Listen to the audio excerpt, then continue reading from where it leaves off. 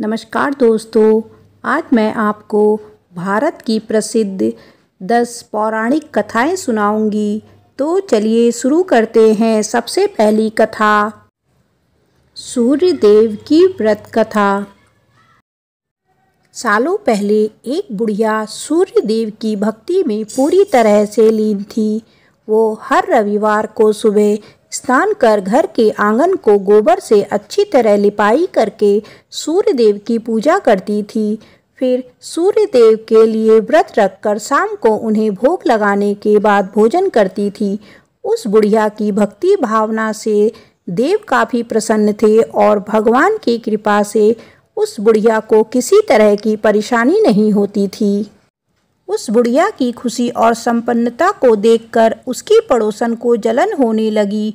वह बुढ़िया अपनी पड़ोसन के आंगन में बंधी गाय के गोबर से ही आंगन लीपा करती थी। पड़ोसन ने जलन के मारे उस गाय को आंगन की जगह घर के अंदर बांधना शुरू कर दिया। अब अगले रविवार को सुबह बुढ़िया को सूर्य देव की पूजा करने के लिए गाय का गोबर नहीं मिला, जिस कारण वे सूर्य देव की पूजा नहीं कर पाई और पूरे दिन खुद भी भूखी रही। रात में सूर्य देव उस बुढ़िया को सपने में आए और उससे पूजा ना करने और भोग ना लगाने का कारण पूछा। जवाब में बुढ़िया ने बताया, घर के आंगन को लीपने के लिए गोबर नहीं था, इसीलिए पूजा नहीं कर पाई। पूजा नहीं की तो भोग भी नहीं चढ़ाया। बुढ़िया की बातें सुनकर सूर्य देव उनसे कहते हैं कि मैं तुम्हारी भक्ति से प्रसन्न हूँ, इसीलिए मैं तुम्हें एक गाय दे रहा हूँ। वो तुम्हारे घर को धन से भर देगी। यह कहते ही सूर्य देव उसके सपने से चले गए। अगली सुबह जब बुढ़िया की आंखें खुलती हैं तब वह देखती है कि उसके आंगन में एक सुंदर गाय और बछड़ा बंधा हुआ है। यह सब देखकर वह हैरान हो गई। उसे सपने की कोई बात याद नहीं थी। इसे उसने सूर्य देव की कृपा समझा और गाय को चारा देने लगी। बुढ़िया के आंगन में सुंदर गाय और बछड़े को देखकर पड़ोसन की जलन बढ़ गई। कुछ देर बाद जब बुढ़िया घर के अंदर जाती है तो गाय सोने का गोबर करती है। यह देखकर पड़ोसन चौंक जाती है और उस गोबर को उठाकर अपने घर ले आती है और अपने गाय के गोबर को उसके आंगन में रख देती है। यह सिलसिला कुछ दिनों तक चलता रहा और वो पड़ोसन धनवान हो गई। इधर बुढ़िया को किसी बात की खबर नहीं थी, क्योंकि वो सूर्य देव की भक्ति में ही खोई रहती थी। उधर सूर्य देव को उस महिला की हरकतों पर काफ़ी गुस्सा आता है। उनके गुस्से के कारण धूप काफ़ी बढ़ जाती है, जिस कारण बुढ़िया गाय और उसके बछड़े को घर के अंदर बांध देती है। उसी रात आंधी चलने लगती है, इसीलिए वह गाय और बछड़े को आंगन में नहीं निकालती। रात भर गाय घर के अंदर ही बंधी रहती। सुबह जैसे ही बुढ़िया की नींद खुलती है तो वह सोने का गोबर देखकर हैरान हो जाती है। उस दिन के बाद से रोजाना वो गाय को घर के अंदर ही बांधने लगी। गाय के सोने के गोबर से बुढ़िया धनवान हो गई, जिसे देखकर पड़ोसन को और जलन होने लगी। पड़ोसन ने जलन के मारे सोने का गोबर देने वाली गाय के बारे में उस नगर के राजा को बता दिया। राजा को जैसे ही सोने का गोबर देने वाली गाय का पता चला तो उन्होंने तुरंत सैनिकों को भेजकर उसे महल लाने के लिए कहा। जब सैनिक बुढ़िया के घर पहुंचते हैं तब वह सूर्य देव को भोग लगाकर खुद भोजन करने के लिए निवाला उठाने ही वाली थी कि तभी सैनिक गाय और बछड़े की रस्सी खोलकर उन्हें अपने साथ ले जाते हैं। बुढ़िया उनसे गाय और बछड़े को ना ले जाने की प्रार्थना करती है, लेकिन राजा के सैनिक बुढ़िया की एक नहीं सुनते। कुछ ही देर में सैनिक गाय को राजा के पास ले जाते हैं। राजा गाय की सुंदरता को देखकर बहुत खुश होते हैं और उसे अपने ही पास रख लेते हैं। गाय व बछड़े के जाने के गम में बुढ़िया बिना खाए पिए पूरे दिन सूर्य देव से गाय और बछड़े को लौटाने की प्रार्थना करती है। इधर दूसरे दिन सुबह राजा सोने का गोबर देखकर हैरान हो जाता है। उधर बुढ़िया भूखी प्यासी सूर्य देव की प्रार्थना में लगी रहती है। बुढ़िया की तकलीफ को देखकर सूर्य देव अगली रात राजा के सपने में आकर कहते हैं कि अगर तुमने इस गाय और उसके बछड़े को नहीं लौटाया तो तुम्हारे राज्य पर संकट आ जाएगा, तुम्हारी धन संपत्ति सब नष्ट हो जाएगी। सूर्य देव की बातें सुनकर राजा की नींद टूट जाती है। दूसरे दिन सुबह वो बुढ़िया को गाय और बछड़ा लौटा देते हैं, साथ ही उसे कुछ धन भी देते हैं और उसकी पड़ोसन को सजा देते हैं। सूर्य देव की इस चमत्कारी गाय और बुढ़िया पर उनकी कृपा को देखकर राजा पूरे नगर के लोगों को हर रविवार सूर्य देव की पूजा करके व्रत रखने के लिए कहते हैं। तभी से ही रविवार के व्रत का चलन शुरू हुआ और राजा के पूरे राज्य में खुशियां ही खुशियां छा गई। इस कहानी से हमें यह शिक्षा मिलती है कि दूसरे के प्रति द्वेष भाव रखने से खुद की ही हानि होती है। जीवन में जितना हो सके सामने वाले की मदद करनी चाहिए। शिव व्रत कथा। ओम नमः शिवाय। एक समय की बात है, अमरपुर नामक नगर में एक धनवान व्यवसायी रहता था। उसका व्यापार बहुत दूर तक फैला हुआ था। यहाँ के सभी नगरवासी उसका बहुत आदर करते थे। उस व्यापारी के पास किसी भी चीज़ की कमी नहीं थी, लेकिन फिर भी वह अपने जीवन में सुखी नहीं था। दरअसल उस व्यापारी का एक भी बेटा नहीं था, जिस कारण हर समय उसे यह चिंता सताती थी कि उसके मरने के बाद उसकी संपत्ति की देखभाल कौन करेगा। वह व्यापारी बेटे की चाहत में हर सोमवार को बाबा भोलेनाथ की पूजा करता और शाम ढलते ही मंदिर जाकर शंकर भगवान के सामने दीप जलाता था। एक दिन माँ पार्वती उसकी श्रद्धा भक्ति से खुश हो गई। उन्होंने बाबा भोलेनाथ से उस व्यवसायी की इच्छा पूरी करने के लिए प्रार्थना की। इस पर भगवान शिव ने कहा, इस दुनिया में हर किसी को उसके कार्यों के आधार पर फल मिलता है। भगवान शंकर के समझाने पर भी पार्वती जी नहीं मानी। वह लगातार बाबा भोलेनाथ से यही कहती रही कि उस व्यापारी की इच्छा पूरी कर दीजिए। अंत में शिवजी ने माँ पार्वती के अनुरोध पर उस व्यापारी को बेटे का वरदान दे दिया। आशीर्वाद देने के बाद भगवान शंकर ने पार्वती माता से कहा, मैंने आपके अनुरोध पर उस व्यापारी को बेटे की प्राप्ति का आशीर्वाद तो दे दिया, लेकिन उसका बेटा केवल 16 साल की उम्र तक ही जीवित रहेगा। यही बात भगवान शिव ने उस व्यापारी के सपने में जाकर उसे भी बताई। वरदान पाकर व्यापारी प्रसन्न था, लेकिन बेटे की उम्र 16 साल ही होगी सोचकर वह फिर दुखी हो गया। वह पहले की तरह फिर से हर सोमवार को भगवान शंकर की पूजा करने लगा। कुछ महीने बीतने के बाद उसके घर में एक बच्चे ने जन्म लिया जो बहुत सुंदर था। उसका नाम अमर रखा गया। बेटे के जन्म के साथ ही व्यापारी के घर में खुशियां छा गई। बेटे के जन्म की खुशी में एक समारोह का भी आयोजन किया गया। इस जश्न के माहौल में व्यापारी अभी भी दुखी था। हर समय उसे यह डर लगता था कि उसका बेटा अधिक दिनों तक जीवित नहीं रह सकेगा। धीरे धीरे समय बीतता गया और उसका बेटा अमर 12 साल का हो गया। एक दिन व्यापारी ने अपने बेटे को अपनी पत्नी के भाई दीपचंद के साथ पढ़ाई के लिए बनारस भेज दिया। वाराणसी जाते समय रास्ते में जहाँ भी अमर और दीपचंद आराम करने के लिए रुकते, वहाँ तो यज्ञ और ब्राह्मणों के लिए भोजन की व्यवस्था करते जाते थे। कुछ दूर जाने के बाद अमर और दीपचंद एक नगरी पहुँचे, जहाँ नगर के महाराज की बेटी चंद्रिका की शादी थी, जिसके लिए पूरे नगर को दुल्हन की तरह सजाया गया था। ठीक उसी समय बारात भी आ गई। इस समय लड़के का पिता परेशान था, क्योंकि उसके बेटे की एक आंख खराब थी। उन्हें डर था कि अगर लड़की वालों को यह पता चल गया तो वह शादी तोड़ देंगे। तभी उसकी नज़र अमर और दीपचंद पर पड़ी। लड़के के पिता के मन में तुरंत ये ख्याल आया कि क्यों ना अमर को ही दूल्हा बनाकर शादी के मंडप पर बैठा दिया जाए। एक बार जब उसका विवाह राजकुमारी से हो जाएगा तो फिर उसके बाद उसे कुछ पैसे देकर वहां से विदा कर देंगे। फिर राजकुमारी और अपने बेटे को अपने घर ले जाएंगे।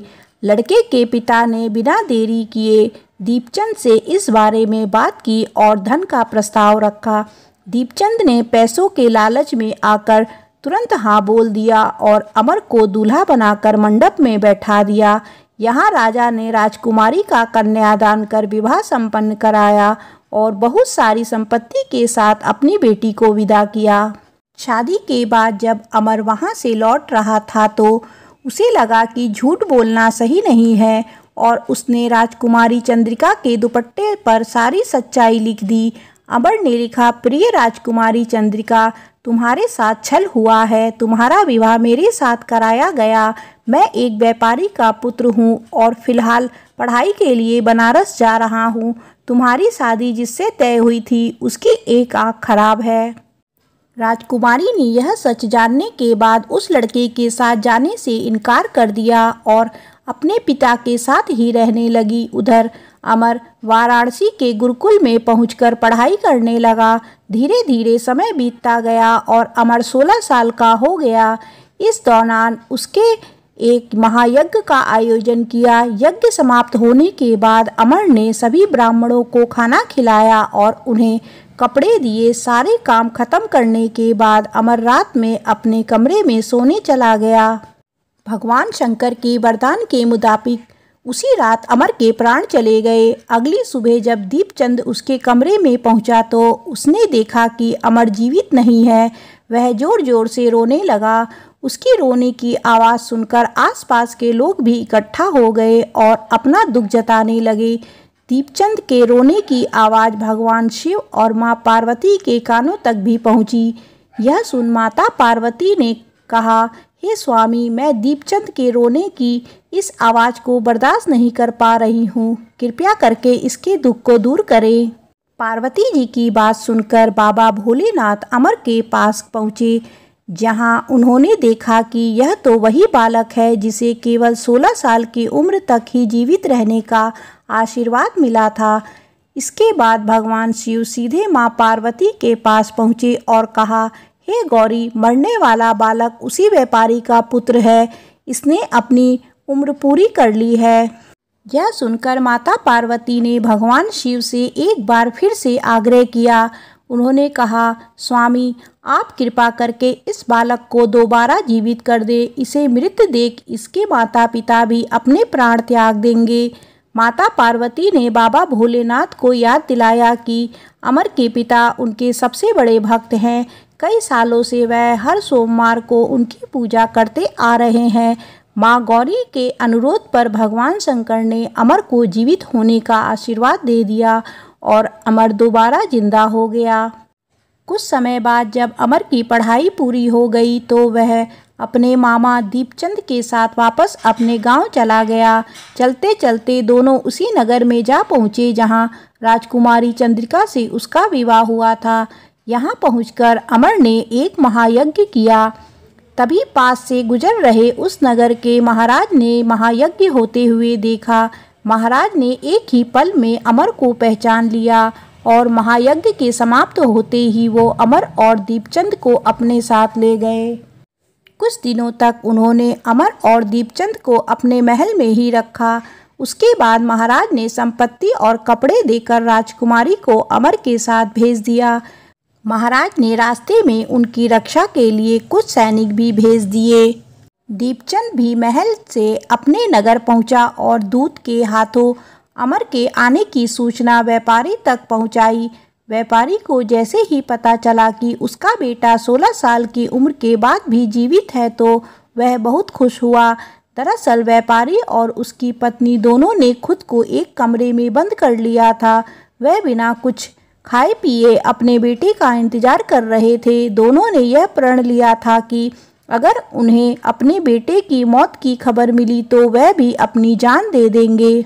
दूत की बात सुनकर व्यापारी और उसकी पत्नी नगर के अन्य लोगों के साथ अपने बेटे के स्वागत के लिए नगर के गेट के पास जा पहुँचे। यहाँ उसे पता चला कि उसके बेटे की शादी एक राजकुमारी से हुई है। वह दोनों साथ में आए हैं तो उनकी खुशी दुगनी हो गई। बेटे और अपनी बहू का स्वागत उन्हें काफ़ी धूमधाम से किया। उसी रात एक बार फिर से बाबा भोलेनाथ व्यापारी के सपने में आए और कहा, मैं तुम्हारी भक्ति से खुश हूँ। हर सोमवार को तुम मेरी पूजा करते हो, इसीलिए मैंने तुम्हारे बेटे को लंबी उम्र का वरदान दिया है। भगवान शंकर की यह बातें सुनने के बाद व्यापारी बहुत खुश हुआ। बेटा का जीवन वापस मिलने के बाद भी व्यापारी हर सोमवार को भगवान शिव की आराधना करता रहा। इससे शिव पार्वती दोनों की ही कृपा व्यापारी के घर में बनी रही। इस कहानी से हमें यह शिक्षा मिलती है कि अगर सच्चे मन से किसी चीज़ को पाने की चाह हो तो वह जरूर मिलती है, बस उसके लिए निरंतर प्रयास करते रहना चाहिए। भगवान शंकर की सोमवार की कथा समाप्त होती है, तो आप सभी मेरे साथ बोलिए, ओम नमः शिवाय। हनुमान जी की व्रत कथा। बजरंगबली की जय। केशव दत्त नाम का एक ब्राह्मण था जो अपनी पत्नी अंजनी के साथ ऋषिनगर गांव में खुशी से रहता था। गांव के सभी लोग ब्राह्मण परिवार का बहुत सम्मान करते थे। उनके पास खूब धन संपत्ति थी, लेकिन उनकी कोई संतान नहीं थी। इस कारण दोनों पति पत्नी दुखी थे। पुत्र प्राप्ति के लिए दोनों हनुमान जी की पूजा करने लगे। ब्राह्मण हर मंगलवार जंगल में हनुमान जी की पूजा करने के लिए जाता था। पत्नी घर में ही महावीर का व्रत रखती थी। दोनों शाम को बजरंगबली को भोग लगाकर व्रत खोलते थे। ब्राह्मण और उसकी पत्नी को हनुमान जी की पूजा करते करते कई साल बीत गए, लेकिन उन्हें संतान नहीं हुई। एक समय आया जब ब्राह्मण निराश हो गया, परंतु उसने बजरंगबली पर विश्वास नहीं छोड़ा। दोनों पति पत्नी विधिवत व्रत रखते थे। एक मंगलवार अंजनी हनुमान जी को भोग लगाना भूल गई और दिन ढलने के बाद खुद भी बिना भोजन किए सो गई। उस दिन ब्राह्मण की पत्नी ने प्रण लिया कि वो अब अगले मंगलवार को भोग लगाने के बाद ही अन्न का दाना खाएगी। बिना कुछ खाए पिए किसी तरह से 6 दिन निकले। मंगलवार का दिन आया और कमजोरी के चलते वो घर में ही बेहोश हो गई। हनुमान जी अंजनी की निष्ठा देखकर प्रसन्न हो गए। बेहोशी में ही ब्राह्मणी को हनुमान जी ने दर्शन दिए और कहा, पुत्री उठो, तुम हर मंगलवार पूरी निष्ठा के साथ मेरा व्रत करती हो। मैं तुम्हारी भक्ति से बहुत खुश हूँ। इस बात से खुश होकर मैं तुम्हारी मनोकामना पूरी करने का वरदान देता हूँ। तुम्हें पुत्र की प्राप्ति होगी जो तुम्हारा खूब ध्यान रखेगा। इतना कहकर बजरंगबली वहाँ से अर्धन हो गए। तभी अंजनी उठी और भोजन तैयार करके उसने सबसे पहले हनुमान जी को भोग लगाया। इसके बाद खुद भी भोजन किया। केशव दत्त घर लौटा तो ब्राह्मणी ने उसे पूरी बात बताई। पुत्र वरदान की बात सुनकर ब्राह्मण को यकीन नहीं हुआ और वह अपनी पत्नी पर शक करने लगा। उसने अपनी पत्नी को बोला, तुम झूठ बोल रही हो, तुमने मेरे साथ धोखा किया है। कुछ समय बाद ब्राह्मण के घर एक सुंदर पुत्र का जन्म हुआ। दोनों ने उसका नाम हनुमान जी के नाम पर मंगल प्रसाद रखा। ब्राह्मण को हमेशा यही लगता था कि उसकी पत्नी उसे झूठ बोल रही है और उसके साथ छल किया है। यह सोचकर वो बच्चे को मारने की साजिश करने लगा। एक दिन मौका देखकर ब्राह्मण कुएं पर नहाने जाते समय बच्चे को अपने साथ ले गया। वहां उसने बच्चे को कुएं में फेंक दिया। ब्राह्मण के घर लौटने पर पत्नी ने उससे पूछा, मंगल कहाँ रह गया? वो तो तुम्हारे साथ गया था। पत्नी के सवाल सुनकर ब्राह्मण पहले थोड़ा घबराया और फिर बोला कि मंगल उसके साथ नहीं था। तभी पीछे से मंगल मुस्कुराते हुए सामने आया। यह देखकर ब्राह्मण दंग रह गया। केशव दत्त को रात को यह सोचकर नींद नहीं आई कि मंगलदास कैसे घर वापस आ गया। उसी रात बजरंगबली ने ब्राह्मण को सपने में दर्शन दिए। हनुमान जी ने कहा, मेरे प्रिय पुत्र, यह पुत्र तुम दोनों का बेटा ही है। मैंने तुम्हारी और तुम्हारी पत्नी की भक्ति से खुश होकर तुम्हारी मनोकामना पूर्ण की है। अपने पुत्र मंगलदास को अपना लो और अपनी पत्नी पर शक करना छोड़ दो। सुबह उठकर ब्राह्मण ने सबसे पहले अपने बेटे को गले लगाया, फिर अपनी पत्नी से माफ़ी मांगी। उसके बाद ब्राह्मण ने अपनी पत्नी को बताया कि वो किस तरह उस पर शक किया करता था और मंगलदास को अपना पुत्र नहीं मानता था। ब्राह्मण की पत्नी ने उसे माफ़ कर दिया और तीनों साथ में खुशी खुशी रहने लगे। इस कहानी से हमें यह शिक्षा मिलती है कि हर चीज़ को शक भरी निगाहों से नहीं देखना चाहिए, ऊपर वाले का भरोसा करना चाहिए। और मंगलवार के व्रत की कथा अच्छे कर्मों की सीख देता है। आप सभी मेरे साथ बोलिए, बजरंगबली की जय। भगवान गणेश एक दंत की कथा। भगवान गणेश देवी पार्वती और भगवान शिव के पुत्र हैं। एक बार की बात है जब भगवान शिव और देवी पार्वती अपने शयन कक्ष सोने के कमरे में विश्राम कर रहे थे। उस समय देवी पार्वती ने गणेश जी को आदेश दिया कि वह उनके कक्ष के बाहर पहरा दे और किसी को भी अंदर ना आने दे। माँ की आज्ञा गणेश जी के लिए आदेश थी। उन्होंने वैसा ही किया और कक्ष के बाहर पहरा देने लगे। उसी समय अचानक परशुराम वहां पहुंच गए। परशुराम भगवान शिव से मिलने के लिए बहुत उत्साहित थे। दरअसल उस समय पृथ्वी पर राजा कार्तवीर्य का अत्याचार बहुत बढ़ गया था और परशुराम ने इसी कारण से उसे मार दिया था। यह खबर भगवान शिव को देने के लिए ही वह कैलाश भगवान शिव के निवास स्थान पर पहुँचे थे। भगवान शिव के कक्ष की ओर परशुराम को तेजी से बढ़ता देख गणेश जी उनके रास्ते में आ गए और उन्हें रुकने को कहा, लेकिन परशुराम भगवान शिव से मिलने के लिए बहुत उत्सुक थे। इसीलिए उन्होंने कहा कि मुझे भगवान शिव से मिलना ही है। परशुराम की इस बात को सुनकर गणेश जी बोले, मैं आपको अंदर जाने नहीं दे सकता। माँ ने किसी को भी अंदर ना आने का आदेश दिया है।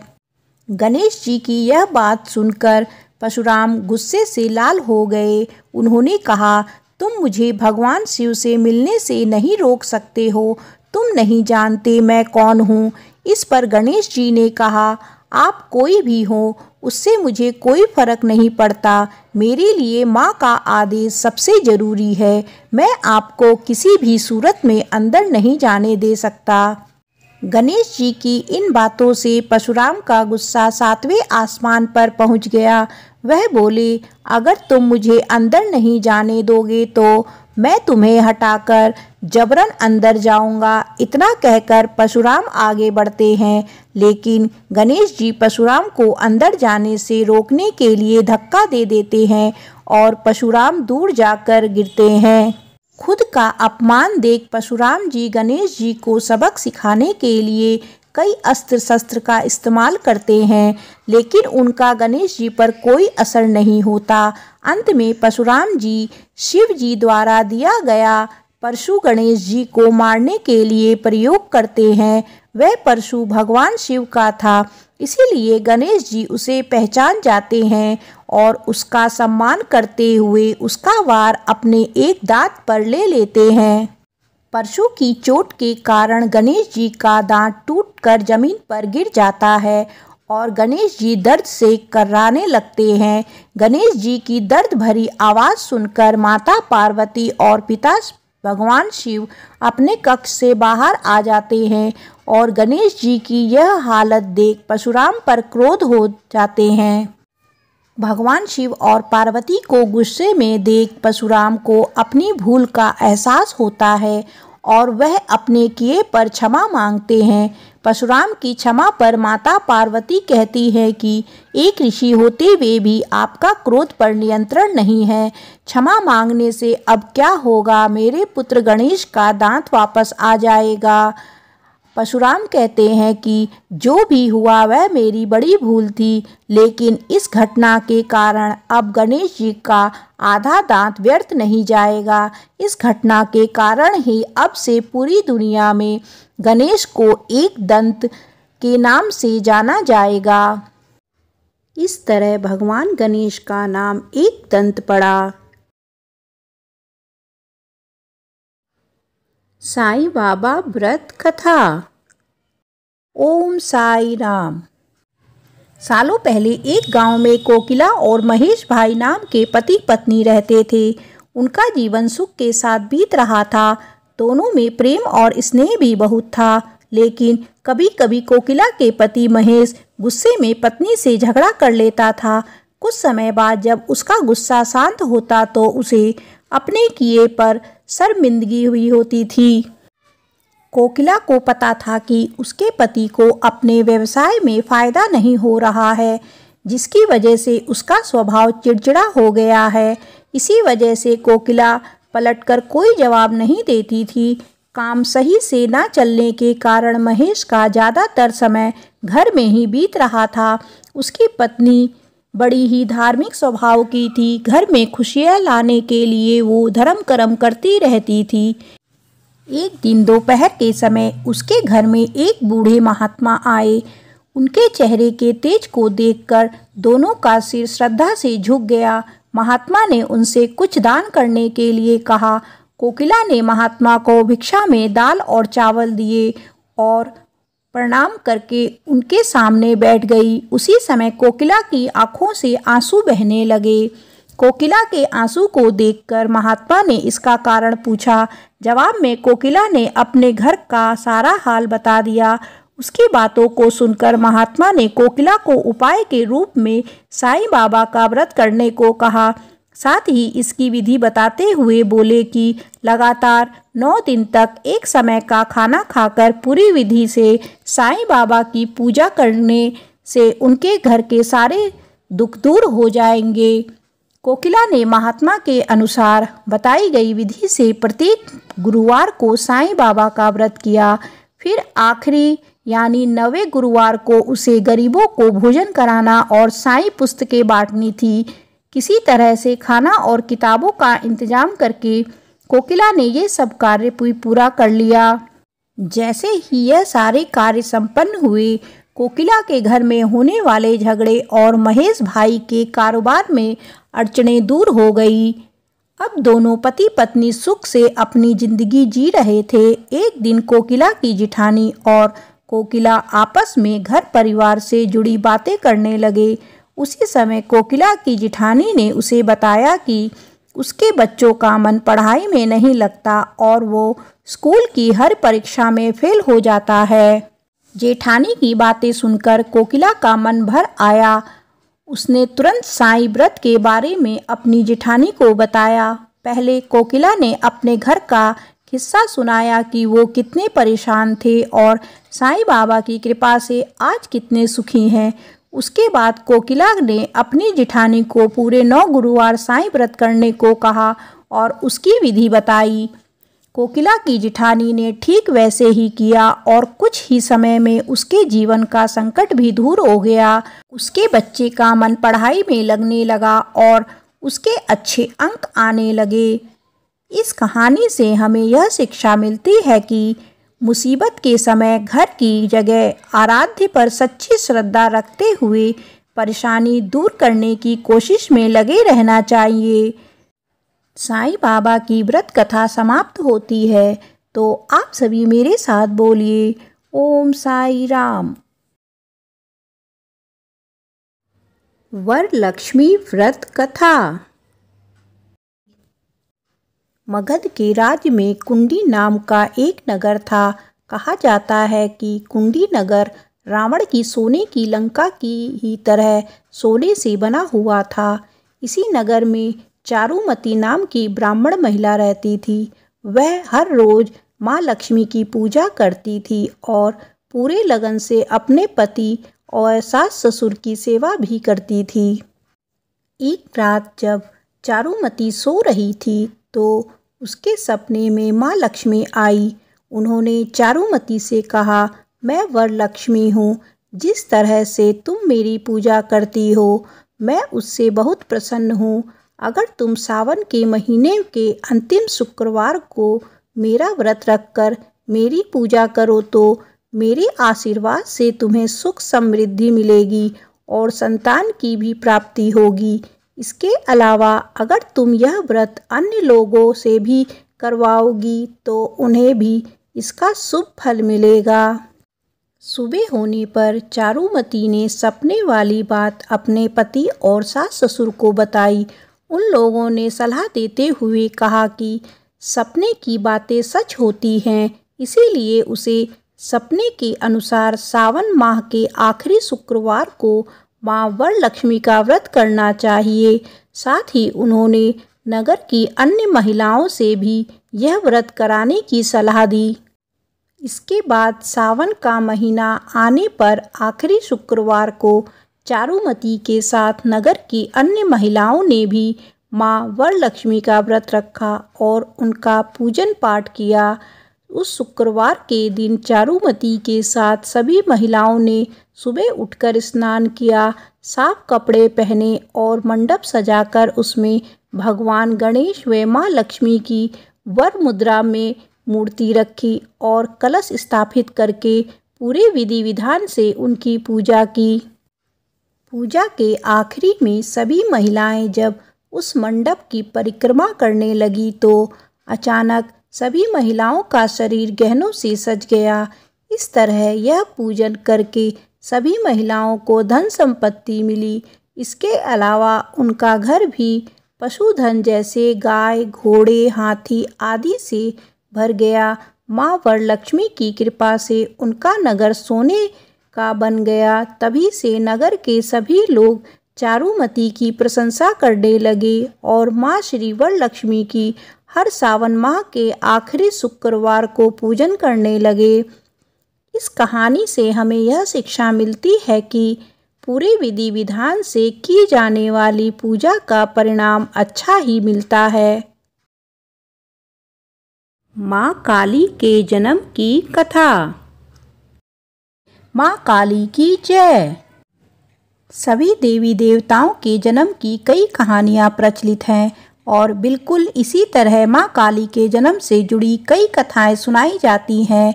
उन सभी कथाओं में से एक कहानी है जो सबसे ज़्यादा प्रचलित है। बात उन दिनों की है जब एक शक्तिशाली राक्षस दारुण का अत्याचार तीनों लोकों में बढ़ गया था। तीनों लोकों में सभी इससे बहुत परेशान थे। सारे देवता दारुण के हाथों मात खा चुके थे। दारुण को वरदान मिला था कि उसकी मृत्यु एक स्त्री के हाथों ही हो सकती है। इसी कारण सभी देवता हाथ जोड़कर ब्रह्मा जी के पास पहुँचे कि वे इसका कोई समाधान निकालें। इसके बाद ब्रह्मा जी ने एक स्त्री का रूप लिया और दारुण से युद्ध करने चले गए, लेकिन वो भी इस असुर को हरा नहीं पाए। अंत में सभी देवता ब्रह्मा जी के साथ भगवान शिव के पास गए और उनसे प्रार्थना की कि वे कुछ करें। सभी की प्रार्थना सुनने के बाद शिव जी ने मुस्कुराते हुए माता पार्वती की तरफ देखा। उनका इशारा समझते हुए माता पार्वती ने अपनी शक्ति का एक अंश निकाला।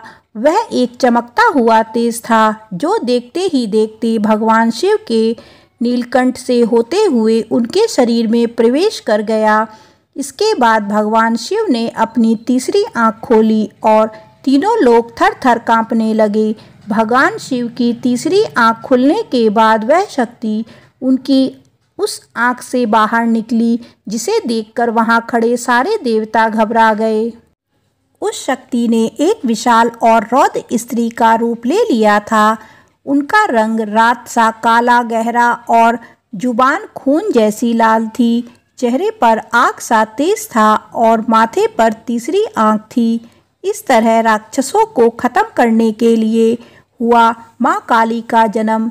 इसके बाद उन्होंने कुछ ही देर में असुर दारुण और उनकी सेना का नाश कर दिया। उन सभी दानवों को खत्म करने के बाद भी मां काली का गुस्सा शांत नहीं हो रहा था। इसके बाद उनका गुस्सा शांत करने के लिए भगवान शिव ने एक बच्चे का रूप लिया और उनके सामने आ गए। भगवान शिव को देखते ही माँ काली का गुस्सा शांत हो गया और उन्होंने उस बच्चे को अपनी गोद में उठा लिया। माँ काली के जन्म की कथा समाप्त होती है, तो आप सभी मेरे साथ बोलिए, माँ काली की जय।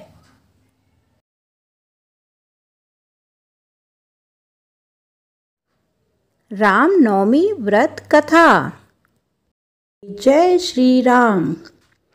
जगत पालनकर्ता श्री विष्णु ने अपने 7वें अवतार मर्यादा पुरुषोत्तम श्री राम के रूप में अनेकों अविश्वसनीय और अद्भुत लीलाएं रची हैं और अंत में प्रभु ने त्रिलोक विजेता अहंकारी रावण का संहार कर बुराई पर अच्छाई की महाविजय प्राप्त की।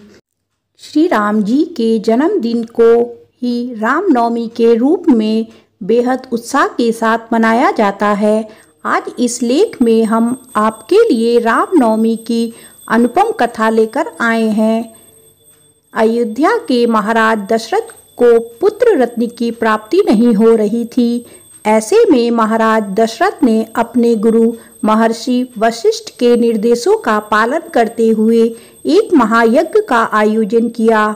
महाराज दशरथ ने इस यज्ञ में सभी यशस्वी ऋषि मुनियों को आमंत्रित किया। जिस दिन यज्ञ का शुभारंभ होता था, उस दिन गुरु वशिष्ठ के साथ महाराज दशरथ के मित्र अंग, प्रदेश के अधिपति ऋक ऋषि और अन्य आगंतुक भी यज्ञ मंडप पर आए।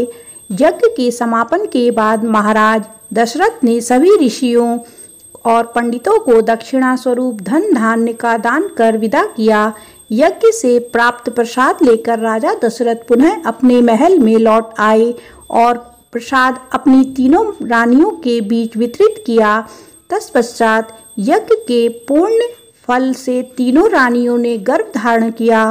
सबसे पहले माता कौशल्या ने एक पुत्र को जन्म दिया।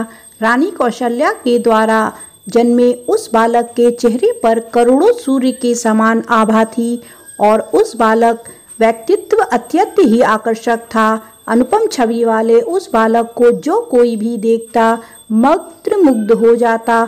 चैत्र मास के शुक्ल पक्ष की नवमी तिथि को जन्मा यह बालक और कोई नहीं बल्कि सृष्टि के महानायक श्री विष्णु के सप्त अवतार भगवान राम का ही बाल रूप था। माता कौशल्या के बाद अन्य दो रानियों अर्थात माता कैकेयी और माता सुमित्रा ने भी शुभ नक्षत्रों में पुत्रों को जन्म दिया। माता कैकेयी के एक पुत्र अर्थात भरत हुए एवं माता सुमित्रा के दो पुत्र लक्ष्मण एवं शत्रुघ्न हुए। अयोध्या के नन्हे राजकुमारों के जन्म का समाचार पाते ही पूरी अयोध्या नगरी में खुशियों और उत्साह की लहर दौड़ गई। गीत संगीत जैसे समारोह में राजा दशरथ के चारों पुत्रों का स्वागत करते हुए उनका जन्म दिवस मनाया गया। वहीं देवताओं ने भी इस उत्सव में भाग लेते हुए इन नन्हे राजकुमारों को नमन किया और आकाश से अनगिनत पुष्पों की वर्षा कर उनका स्वागत करते हुए अपनी प्रसन्नता जताई। शीघ्र ही चारों पुत्रों का नामकरण संस्कार महर्षि वशिष्ठ के द्वारा किया गया तथा उनके नाम रामचंद्र, भरत, लक्ष्मण और शत्रुघ्न रखे गए। अत्यंत विलक्षण प्रतिभा के धनी श्री राम अल्पकाल में ही अयोध्या वासियों के प्रिय हो गए। उन्हें सभी प्रकार के अस्त्र शस्त्र चलाने में असाधारणता निपुणता प्राप्त हो गई। वे निरंतर माता पिता और गुरुजनों की सेवा में लगे रहते थे। श्री विष्णु के 7वें महाअवतार के रूप में जन्मे श्री राम ने अपने जीवन काल में अनेकों महान और धर्मपरायण कार्य किए। चाहे सीता स्वयंवर में धनुष तोड़ना हो या महाबली बाली का वध कर सुग्रीव की सहायता करना हो। विवाह के पश्चात मर्यादा पुरुषोत्तम श्री राम अपने पिता की आज्ञा का पालन करते हुए पत्नी सीता और अनुज लक्ष्मण समेत वनवास स्वीकार किया। जहां माता सीता की दुराचारी रावण से रक्षा करते हुए प्रभु ने अत्याचारी रावण का संहार किया।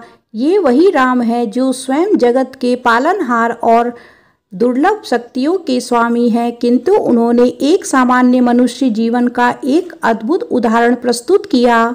युगों युगों के बाद आज भी श्री रामचंद्र के आदर्श व्यक्तित्व, धैर्य, निष्ठा, त्याग एवं पराक्रम को श्रद्धा और सम्मान देते हुए रामनवमी के दिन उनका जन्म उत्सव मनाया जाता है। आज भी राम भक्त अनन्य आस्था के साथ अपने आराध्य श्री राम का अवतरण दिवस मनाते हैं। रामनवमी की कथा समाप्त होती है। आप सभी मेरे साथ बोलिए, जय श्री राम। दुर्गा नवरात्रि व्रत कथा। माता रानी की जय। एक समय बृहस्पति जी ब्रह्मा जी से बोले, हे ब्राह्मण श्रेष्ठ, चैत्र व अश्विनी मास के शुक्ल पक्ष में नवरात्र का व्रत और उत्सव क्यों किया जाता है? इस व्रत का फल क्या है? इसे किस प्रकार करना उचित है? पहले इस व्रत को किसने किया, सो विस्तार से कहिए। बृहस्पति जी का ऐसा प्रश्न सुन ब्रह्मा जी ने कहा, हे बृहस्पति, प्राणियों के हित की इच्छा से तुमने बहुत ही अच्छा प्रश्न किया है। बृहस्पति जी का ऐसा प्रश्न सुन ब्रह्मा जी ने कहा, हे बृहस्पति, प्राणियों के हित की इच्छा से तुमने बहुत अच्छा प्रश्न किया है। जो मनुष्य मनोरथ पूर्ण करने वाली दुर्गा, महादेवी, सूर्य और नारायण का ध्यान करते हैं, वे मनुष्य धन्य हैं। यह नवरात्र व्रत संपूर्ण कामनाओं को पूर्ण करने वाला है। इसके करने से पुत्र की कामना करने वाले को पुत्र, धन की लालसा वाले को धन, विद्या की चाहत वाले को विद्या और सुख की इच्छा वाले को सुख मिलता है। इस व्रत को करने से रोगी मनुष्य का रोग दूर हो जाता है, मनुष्य की संपूर्ण विपत्तियां दूर हो जाती हैं और घर में समृद्धि की वृद्धि होती है। वंध्या को पुत्र प्राप्त होता है, समस्त पापों से छुटकारा मिल जाता है और मन का मनोरथ सिद्ध हो जाता है। जो मनुष्य इस नवरात्र व्रत को नहीं करता है, वह अनेक दुखों को भोगता है और कष्ट व रोग से पीड़ित हो अंगहीन को प्राप्त होता है। उसके संतान नहीं होती और वह धन धान्य से रहित हो भूख और प्यास से व्याकुल घूमता फिरता रहता है तथा संज्ञाहीन हो जाता है। जो साध्वा स्त्री इस व्रत को नहीं करती, वह पति सुख से वंचित हो नाना दुखों को भोगती है। यदि व्रत करने वाला मनुष्य सारे दिन का उपवास न कर सके तो एक समय भोजन करे और 10 दिन बांधवों सहित नवरात्र व्रत की कथा का श्रवण करे। हे बृहस्पति, जिसने पहले इस महाव्रत को किया है, वह कथा मैं तुम्हें सुनाता हूँ, तुम सावधान होकर सुनो। इस प्रकार ब्रह्मा जी का वचन सुनकर बृहस्पति जी बोले, हे ब्राह्मण, मनुष्यों का कल्याण करने वाले इस व्रत के इतिहास को मेरे लिए कहो, मैं सावधान होकर सुन रहा हूँ। आपकी शरण में आए हुए मुझ पर कृपा करो। ब्रह्मा जी बोले, प्राचीन काल में मनोहर नगर में पीठत नाम का एक अनाथ ब्राह्मण रहता था। वह भगवती दुर्गा का भक्त था।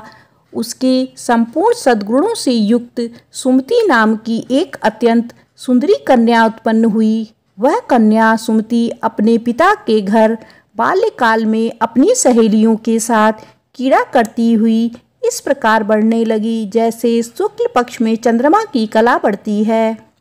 उसका पिता प्रतिदिन दुर्गा की पूजा करके होम किया करता था। वह उस दिन नियम से वहां उपस्थित रहती थी। एक दिन सुमति अपनी सखियों के साथ खेल में लग गई और भगवती के पूजन में उपस्थित नहीं हुई।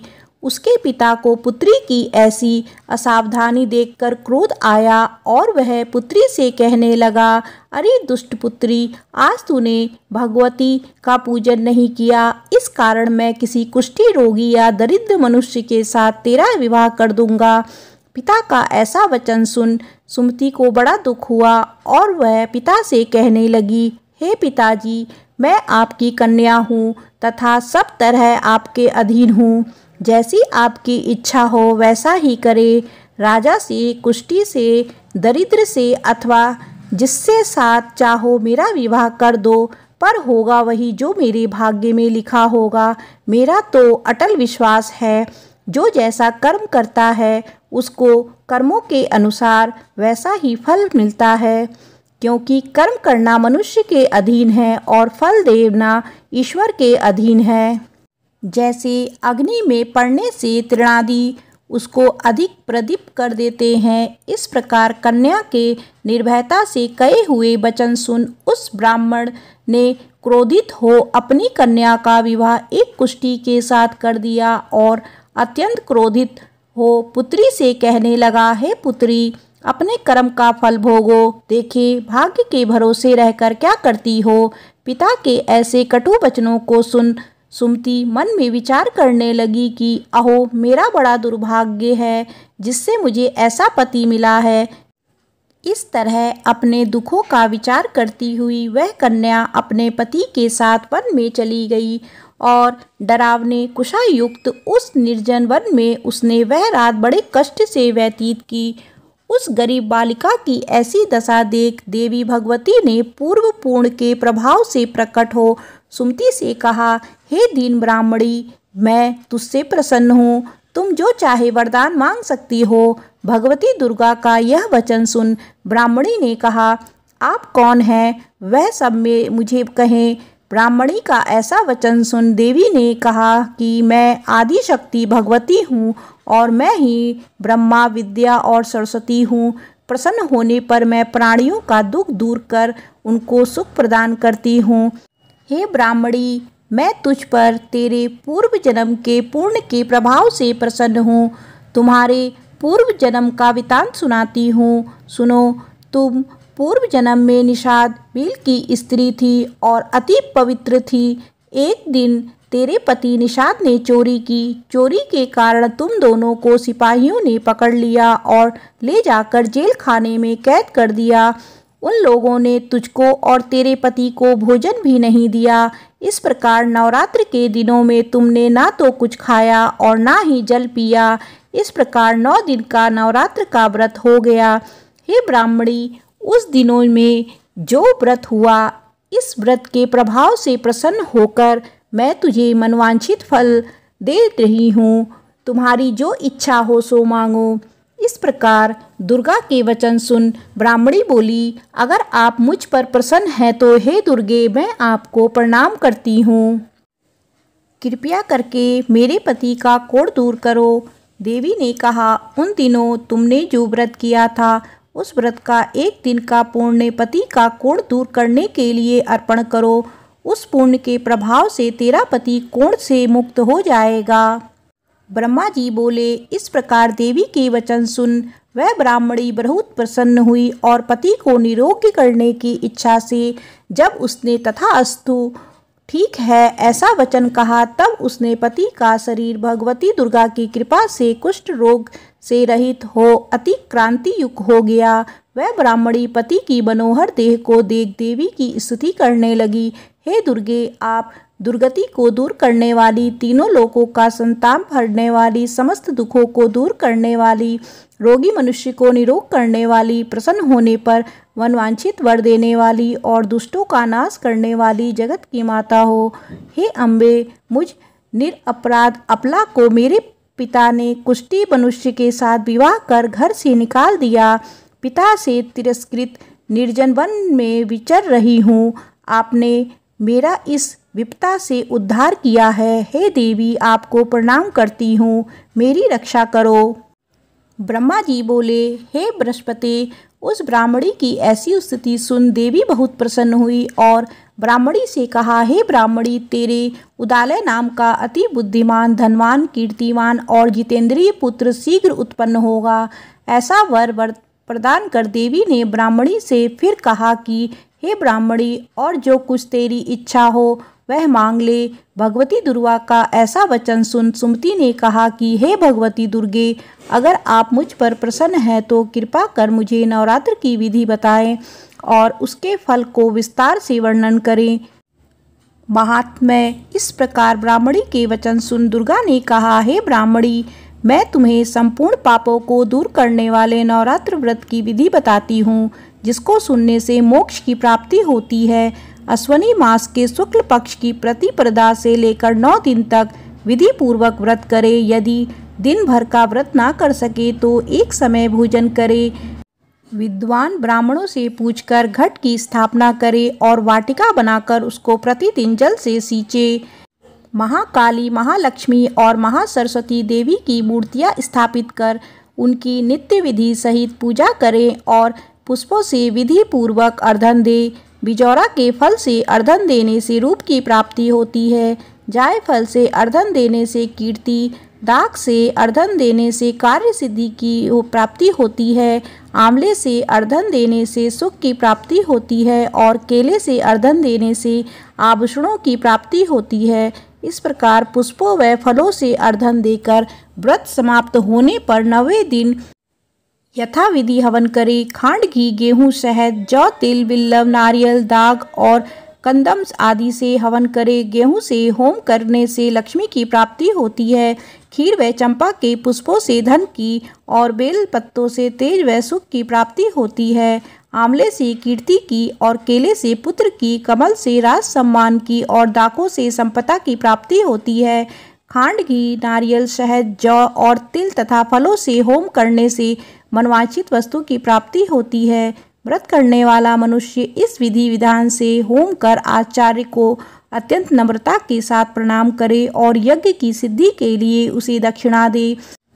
इस प्रकार बताई हुई विधि के अनुसार जो व्यक्ति व्रत करता है उसके सब मनोरथ सिद्ध होते हैं, इसमें तनिक भी संदेह नहीं। इन 9 दिनों में जो कुछ दान आदि किया जाता है उसका करोड़ों गुना फल मिलता है। इस नवरात्र व्रत करने से अश्वमेध यज्ञ का फल मिलता है। हे ब्राह्मणी, इस संपूर्ण कामनाओं को पूर्ण करने वाले उत्तम व्रत को तीर्थ, मंदिर अथवा घर पर ही विधि के अनुसार करें। ब्रह्मा जी बोले, हे बृहस्पति, इस प्रकार ब्राह्मणी को व्रत की विधि और फल बताकर देवी अंतर ध्यान हो गई। जो मनुष्य या स्त्री इस व्रत को भक्ति पूर्वक करता है वह इस लोक में सुख प्राप्त कर अंत में दुर्लभ मोक्ष को प्राप्त होता है। हे बृहस्पति, इस दुर्लभ व्रत का महत्व है जो मैंने तुम्हें बताया है। यह सुन बृहस्पति जी आनंद से प्रफुल्लित हो ब्रह्मा जी से कहने लगे कि हे ब्राह्मण, आपने मुझ पर अति कृपा की जो इस नवरात्र व्रत का महत्व मुझे सुनाया है। ब्रह्मा जी बोले कि हे बृहस्पति, यह देवी भगवती शक्ति संपूर्ण लोगों का पालन करने वाली है। इस महादेवी के प्रभाव को कौन जान सकता है। बोलो देवी भगवती की जय। अब मैं आपको व्रत की विधि बताऊंगी। प्रातः नित्य क्रम से वित्तित हो स्नान कर मंदिर में या घर पर ही नवरात्र में दुर्गा जी का ध्यान करके यह कथा कहनी चाहिए। कन्याओं के लिए यह व्रत विशेष लाभदायक है। श्री जगदम्बा की कृपा से सब विघ्न दूर हो जाते हैं तथा सुख समृद्धि की प्राप्ति होती है। पौराणिक कथा। संसार में ब्रह्मदेव की पूजा क्यों नहीं होती है। आज मैं आपको बताऊंगी कि सभी देवी देवताओं में ब्रह्मदेव की पूजा क्यों नहीं की जाती है। एक बार धरती की भलाई के लिए ब्रह्मा जी के मन में यज्ञ करने का विचार आया। इसके बाद उन्होंने यज्ञ की जगह की तलाश शुरू कर दी।